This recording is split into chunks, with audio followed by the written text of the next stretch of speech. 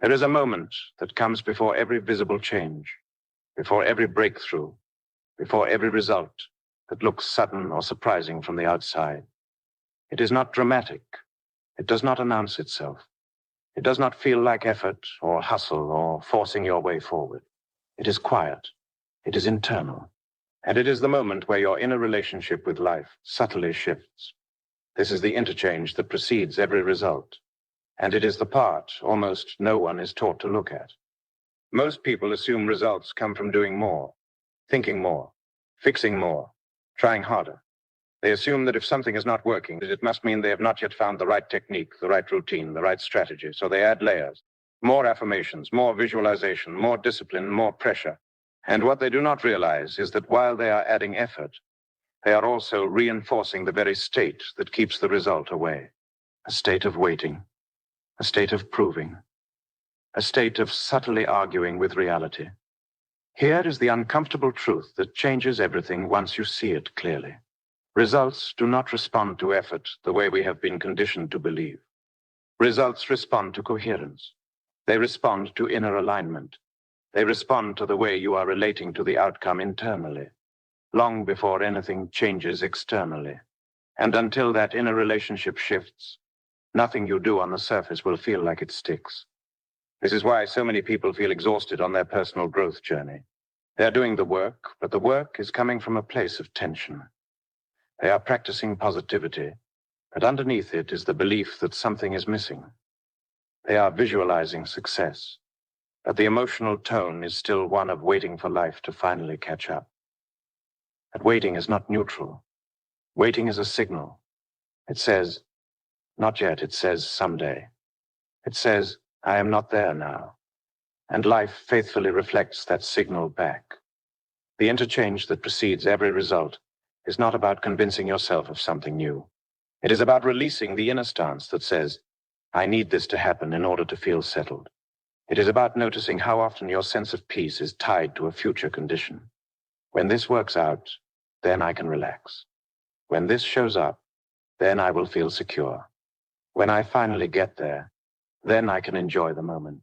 That conditional relationship is the real delay. Nothing external needs to change for this inner shift to happen. That is the part that can feel almost offensive at first. You do not need proof. You do not need confirmation. You do not need a sign.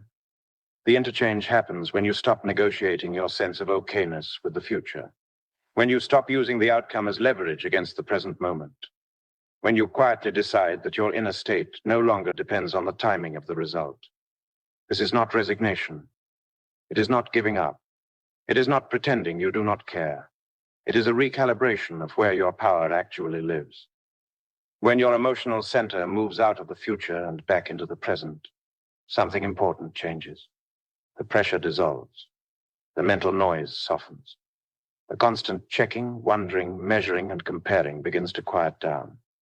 And in that quiet, clarity starts to emerge. Clarity does not come from force. It comes from space. It comes from no longer arguing with what is. When you stop telling the story that something must happen before you can feel whole, your nervous system relaxes. Your body exits survival mode. Your mind stops scanning for problems. And in that state, you begin to respond to life differently. Not reactively, not desperately, but intelligently, calmly, and precisely. This is the paradox most people miss. The moment you stop trying to extract a result from life, life becomes more responsive to you. Not because you stopped wanting, but because you stopped resisting the present moment with your wanting. Desire itself is not the problem. Attachment to timing is. Attachment to proof is. Attachment to control is. These attachments keep your inner state tense, and tension is not a fertile environment for movement. The interchange that precedes every result is the moment you shift from effort to allowance, from forcing to trusting, from managing outcomes to managing your inner orientation. It is the moment you realize that your job is not to make things happen, but to stop blocking what is already trying to move through you. And that shift does not feel like fireworks. It feels like relief. It feels like quiet confidence. It feels like no longer being at war with time. When this inner change begins, You may not see immediate external evidence. That is normal. The reflex to look outward is strong. But something else will start to happen instead. Your thoughts will slow down. Your emotional reactions will soften. Your decisions will feel cleaner. You will begin to act from a place of clarity rather than urgency. And this is where results are actually born. Every lasting result begins here. Not in effort, not in strain, not in chasing, but in this subtle internal interchange, where you stop demanding that life prove itself to you. When you no longer need the outcome to validate your state of being, you create the exact conditions where outcomes can finally move freely. Once this inner interchange begins, something important becomes visible that was previously hidden by noise. You start to notice how much of your action was never about movement forward, but about trying to relieve discomfort. You were not taking steps because they felt aligned. You were taking steps because stillness felt unsafe, because pausing felt like falling behind, because silence felt like failure. And when action comes from that place, it does not matter how disciplined or well-intentioned it looks. It carries resistance inside it. This is where effort quietly turns into interference. Not because effort itself is wrong, but because effort that is driven by fear sends a contradictory signal. On the surface, it says, I want this. Underneath, it says, I do not trust that this will happen unless I control it. Life responds to the underlying signal, not the surface behavior. And the underlying signal determines the quality of what shows up. When you are internally relaxed, action feels very different. It is simpler, cleaner, more direct. There is less mental commentary attached to it. You are not constantly asking, is this working? Yet did I do enough? Should I be doing more? You act and then you let go. That letting go is not passive, it is intelligent. It allows the action to land without distortion. This is why people sometimes say that things worked when they stopped trying, even though what actually happened is more precise than that. They stopped trying to force outcomes. They stopped trying to collapse time. They stopped trying to emotionally squeeze results out of life. In doing so, they removed the friction that was slowing everything down. The interchange that precedes every result is often marked by a quiet, internal decision, not a declaration, not a vow. A decision so subtle it almost feels like nothing. The decision to stop measuring the present moment against an imagined future. The decision to stop asking, how far am I? How long will this take? Why is this not here yet? Those questions may seem harmless, but they keep your attention anchored in absence. Attention is creative. Where you place it determines what grows. When attention is locked onto what is missing, it continuously reinforces the experience of missing. When attention returns to what is stable, grounded, and already here, the system settles. And from a settled system, movement becomes natural rather than forced. This is also where patience takes on a different meaning. Patience is not waiting while feeling tense. Patience is not holding your breath. Patience is the absence of inner urgency. It is the confidence that you do not need to rush life for it to work. When that confidence appears, even briefly, you are in a different relationship with time. Time stops feeling like an enemy. It becomes a collaborator. From this place, you begin to notice how often you are trying to fix yourself, trying to correct your thoughts, trying to maintain the right mindset, trying to stay positive. All of that effort was well-meaning, but it kept reinforcing the belief that something about you was wrong or incomplete. The moment you stop relating to yourself as a problem to be solved, your energy changes. And when your energy changes, your choices change. This is the hidden doorway. The interchange is not between you and the world. It is between you and yourself, between the version of you that is always bracing, striving, and checking, and the version of you that is settled, responsive, and present. Results follow the latter naturally because there is no internal resistance slowing the process down. When this shift begins to stabilize, you will find that opportunities appear without strain.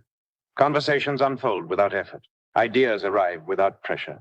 Not because you forced them into existence, but because you created the internal conditions where they could surface.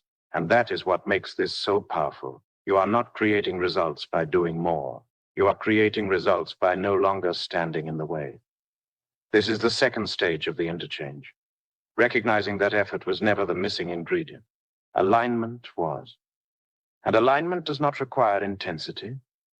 It requires honesty. Honesty about where your actions are coming from. Honesty about the emotional state beneath your striving. And honesty is what allows the next layer of movement to emerge. As this inner alignment deepens, another pattern starts to reveal itself, one that most people never consciously see. You begin to notice how often you were trying to manufacture certainty before moving. You wanted guarantees. You wanted reassurance. You wanted some external sign that you were on the right track before allowing yourself to relax. And so you stayed tense, always scanning, always evaluating, always holding your life under a microscope. That constant monitoring was not awareness. It was mistrust. When you live this way, every action carries a hidden question underneath it. Is this enough? Am I doing it right? Did I miss something? Those questions quietly fragment your energy. Instead of being fully present in what you are doing, part of your attention is pulled into judgment and anticipation. And divided attention weakens momentum. It slows integration. It creates the feeling of effort without the payoff. What changes everything is the moment you stop demanding proof before peace. When you allow peace to come first, proof follows. This is not blind optimism. It is a recognition of cause and effect at the inner level. Your nervous system sets the tone for how life responds to you. A regulated system invites clarity. A dysregulated system invites friction. The world mirrors the state you bring into it. This is why forcing positivity never works. Trying to override anxiety with affirmations only adds another layer of strain. It teaches your system that how you feel now is unacceptable. And resistance always amplifies what it resists. The shift happens when you stop trying to replace your feelings and instead allow them to settle. When you stop fighting yourself, your internal environment becomes coherent. And coherence is powerful. From coherence, your thoughts organize naturally. You do not need to manage them. You do not need to police them. They slow down on their own.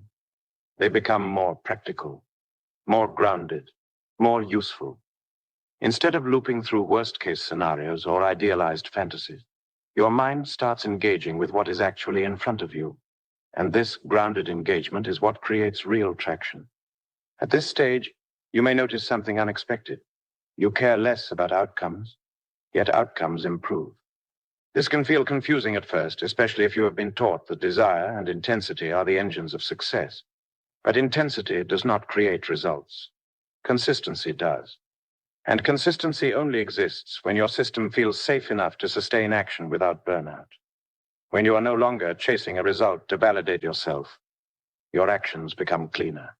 You choose what to do based on resonance rather than fear. You stop overcommitting. You stop reacting. You stop pushing through exhaustion just to feel productive. And paradoxically, you accomplish more with less friction because your energy is no longer leaking into inner conflict. This is where trust begins to replace control. Not trust as a concept, but trust as a lived experience. You trust your timing. You trust your capacity to respond when needed. You trust that clarity will arrive when it is relevant, not before. This trust removes the urgency that once drove your effort. And without urgency, resistance dissolves. You also start to see how many of your previous struggles were not obstacles, but signals. Signals that you were acting from misalignment. Signals that something needed to slow down, recalibrate, or simplify.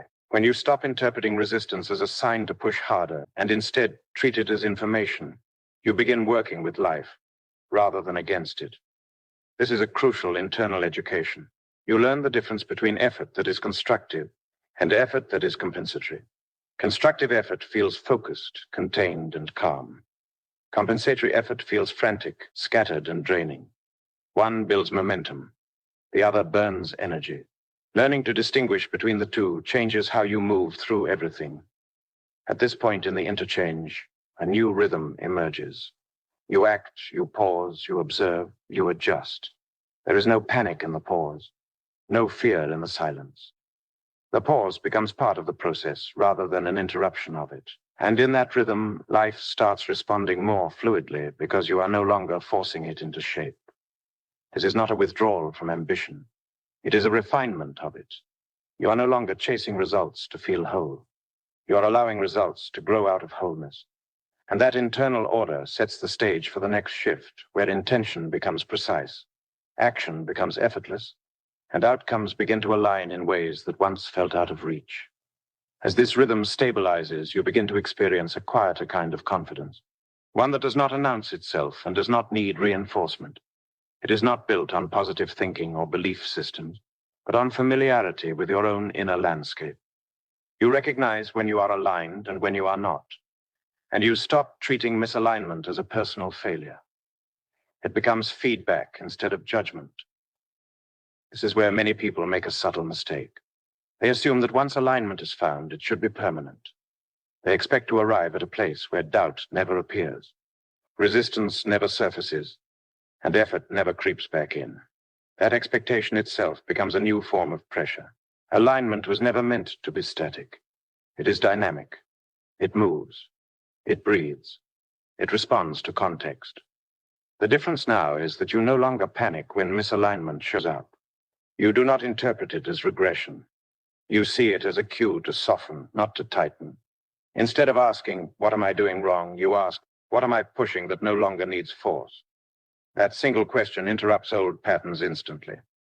You also begin to notice how much of your previous effort was tied to identity maintenance. You were trying to prove something to yourself or to others. You were trying to maintain a self-image of being driven, disciplined, productive, or capable. And while those qualities are not wrong, using them as armor creates exhaustion. You cannot rest when your worth is tied to performance. When that link dissolves, rest becomes functional rather than indulgent. It is no longer something you earn after struggle. It becomes part of how you maintain clarity. You stop viewing rest as lost time and start recognizing it as integration time. This is where insights settle. This is where direction sharpens. This is where your next step quietly forms without strain. Another shift occurs here that often goes unnoticed. Your relationship with time changes. You stop rushing the present to get to a future version of yourself. You stop living as if fulfillment is always one milestone away. And because you are no longer trying to escape the now becomes fertile. Opportunities that were previously invisible begin to register, not because they appeared suddenly, but because your attention is no longer hijacked by urgency. This is also where comparison loses its grip. When effort was driven by fear, other people's progress felt threatening. Their success made you question your pace. But when effort becomes aligned action, comparison feels irrelevant. You recognize that timing is personal, that pathways differ, that forcing your life to match someone else's rhythm only creates distortion. From this place, intention becomes quieter but more potent. You do not broadcast your goals internally or externally. You hold them with steadiness rather than tension. There is no mental rehearsal filled with pressure. There is simply a knowing that when something is correct, movement will feel obvious. And when it is not, stillness will feel appropriate. You may also notice that decisions become simpler, not easier in the sense of always comfortable, but cleaner. You are no longer weighing every option against fear-based outcomes. You are listening for coherence. Does this choice create contraction or expansion? Does it bring clarity or confusion? Does it calm the system or agitate it? These signals become more reliable than logic alone. This does not mean you abandon reason. It means reason is no longer operating in isolation. It is informed by internal feedback rather than overriding it. When mind and nervous system work together, effort becomes proportional instead of excessive. You apply energy where it matters and withdraw it where it does not. At this stage, results often begin to appear in subtle ways first. Small confirmations, conversations that land differently, responses that come without chasing, progress that feels organic rather than forced. These are not dramatic breakthroughs.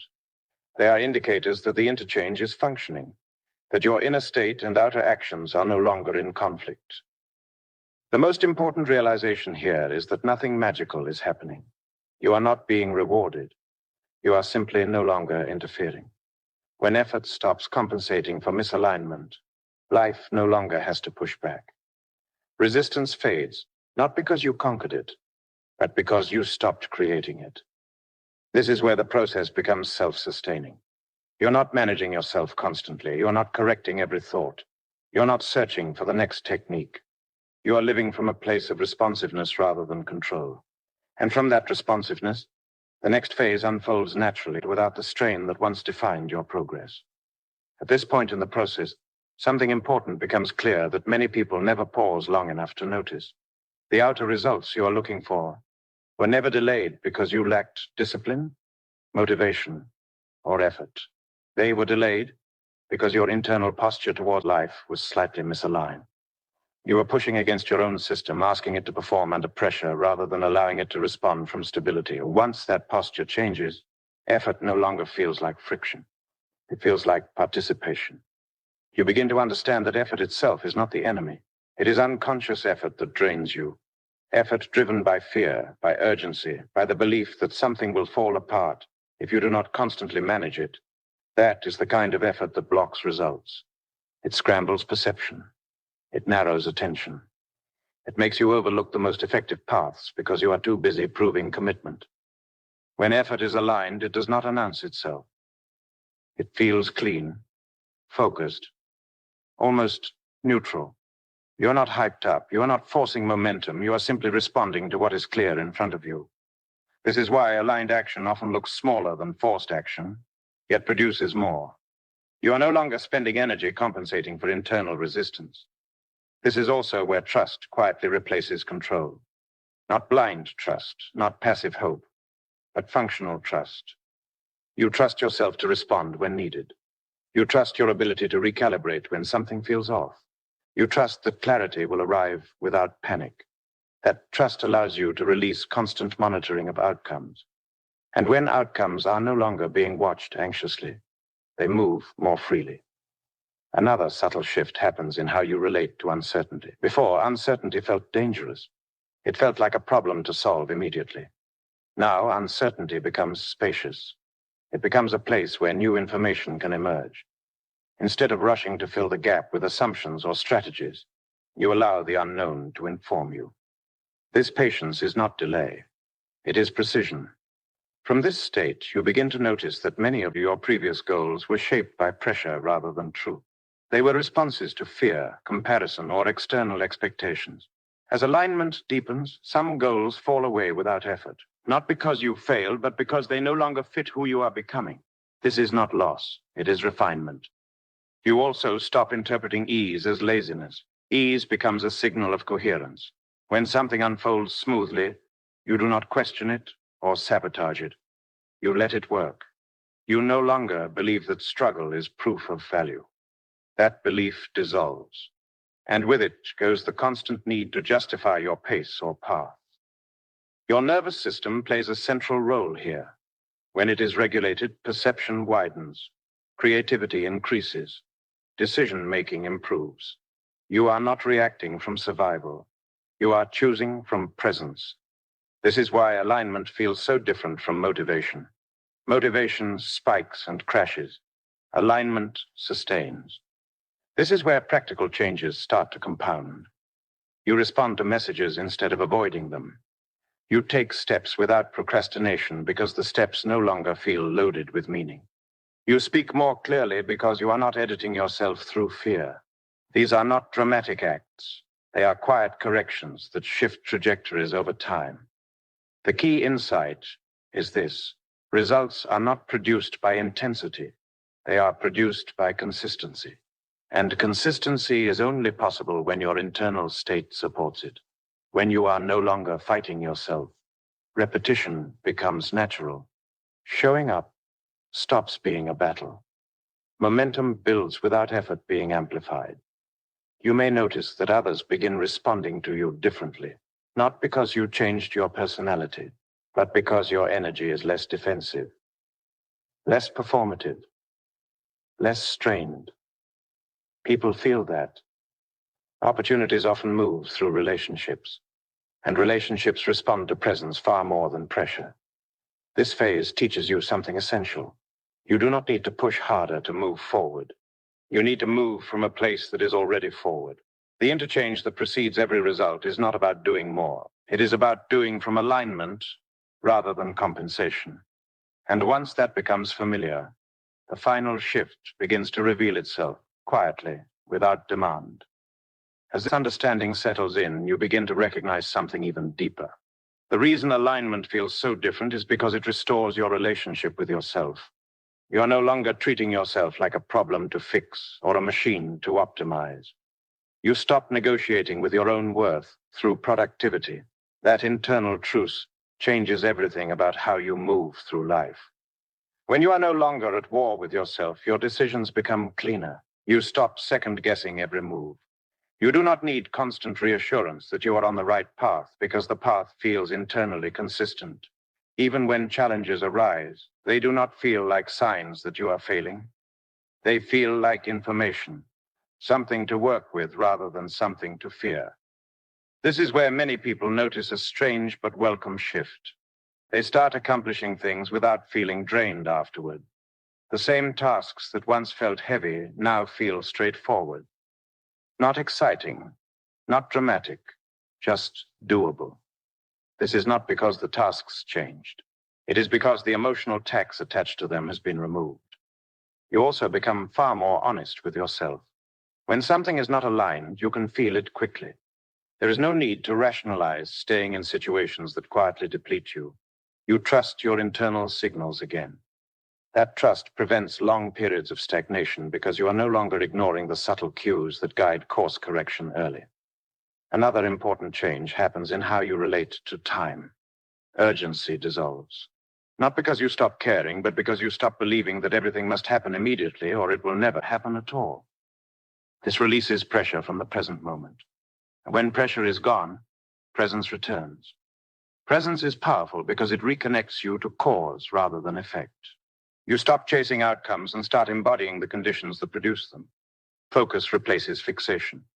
Attention replaces anxiety. You are doing what needs to be done without demanding that it immediately validate you. This is also where patience stops feeling like waiting. Patience becomes active. It is the willingness to stay engaged without forcing conclusions. You remain responsive, adaptable, and steady. That steadiness is what allows momentum to build quietly beneath the surface. At this stage, setbacks lose their emotional charge. You do not interpret them as proof that something is wrong with you. You see them as recalibration points, feedback, not failure. That shift alone preserves enormous amounts of energy that used to be spent on self-criticism and doubt. You begin to notice that success feels different now. It does not arrive with relief or collapse. It arrives with recognition, a sense of inevitability, almost as if things are simply catching up to the internal shift that already happened. This is why aligned results often feel unsurprising once they appear.